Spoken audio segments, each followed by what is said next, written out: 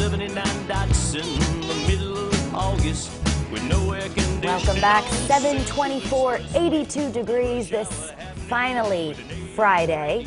Thanks for being here with us. And Ed Wallace here this morning, of course, with us as well. Yeah, the Chevy Bolt, which is the successor, or are they still making the Chevy Volt, which was kind of a flop?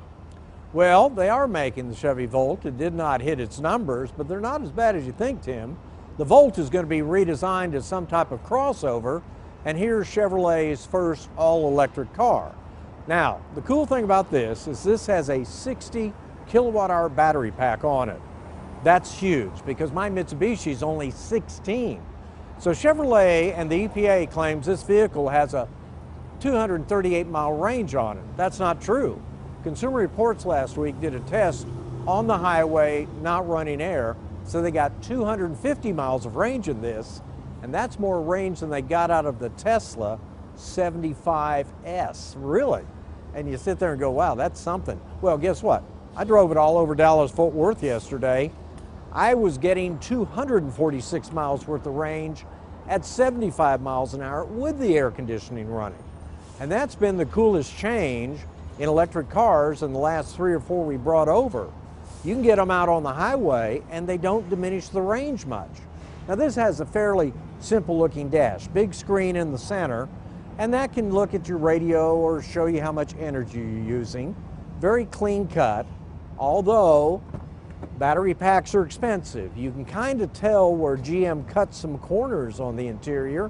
Again, it looks nice, but like the seats could be a little plusher, things of this nature. It's a compact car, and you've got compact room in the back for people, maybe comfortable for 4 people 5'9".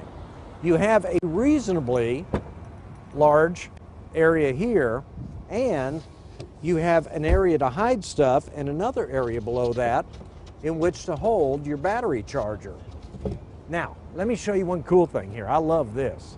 See these little cameras here? Those are your backup cameras on this. A lot of cars have that, but notice there's 2 of them. That's because in this Chevy Bolt, and I've never seen it before, on your rear view mirror, flip it to an up position and it becomes a widescreen TV monitor in real time. Meaning you look at your rear view mirror and you can see everything behind you in all lanes. This has blind spot warning indicators. You don't need them with the mirror up. You can see everybody in either lane. So, under $50,000, here's your first car with truly great range, even on the freeway, 250 miles. Starts at about $37,000. This one with everything on it's $43,000, and you get a $7,500 direct income tax credit if you buy one. The only downside, the 120 volt charging. It takes forever. 3.5 miles of range for every hour you charge up, and even my Mitsubishi does it at 5.6 miles for every hour charge. That needs to be improved. However, with that, have a good weekend. Thanks. Yeah, I'll leave the car on charge the entire weekend so I can get to work on Monday. You can listen to Ed on 570 KLIF tomorrow.